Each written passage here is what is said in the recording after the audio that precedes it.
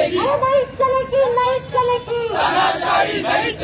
तर त्या मीटर जे लावलेले आहे प्रीपेड मीटर, त्या मीटरचं काय करायचं म्हणजे काढणार आणि एक मिनिट विशेष मुद्दा असा का जे स्लम एरियामध्ये जे मीटर लागलेले आहेत ते तुमचे कर्मचारी तिथे गेलेले आहे का, टेक्निशियन गेलेले आहेत का, हे तुम्ही सगळ्या लोकांना जनतेला तुम्हाला सांगावं लागेल का तुम्ही टेक्निशियनला त्यांनी तुम्ही पूर्तता करता का, हे सगळं तुम्ही सांगा आता आम्हाला, कारण आम्ही इथे थांबलेलो आहोत त्याच्यासाठी थांबलेलो आहोत. अन्यथा याच्यानंतर हे जर लावलेले प्रीपेड मीटर जर तुम्ही 8 दिवस 15 दिवस आम्हाला वेळ द्या, त्या वेळेमध्ये तुम्ही जर काढले नाही तर स्वतः आम्ही काढून घेऊ.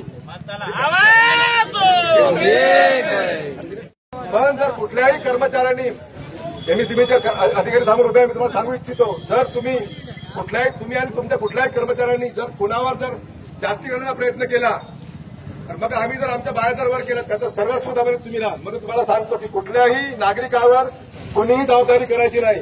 महाराष्ट्राचे मुख्यमंत्री देवेंद्र फडणवीस सदनामध्ये बोलले होते की कोणावरही आम्ही स्मार्ट मीटरची आम्ही लावली ना सक्ती करणार नाही, हे बोलले होते.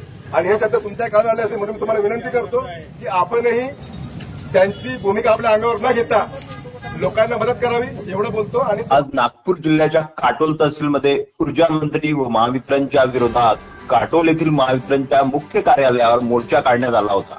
मोर्चाची सुरुवात आंबेडकर चौक येथून करण्यात आली व मुख्य मेन रोड येथून मोर्चा गळपुरा चौक ते मुख्य कार्यालय पॉवर हाऊस येथे प्रमुख मागणी स्मार्ट मीटरचे भरमसाठ वीज आकारणी बिल सामान्य जनतेच्या खिशाला परवडत नाही व स्मार्ट मीटरची सक्ती विरोधात हा मोर्चा काढून निषेध नोंदविण्यात आला होता. मोर्चात सर्व संघटनांनी सहभाग नोंदवून घोषणाबाजी सुद्धा सरकारविरुद्ध देण्यात आल्या. मोर्चा दरम्यान वाहतूक कोंडी दिसून आली आणि त्याचप्रमाणे मोठा पोलीस बंद सुद्धा दिसून आला.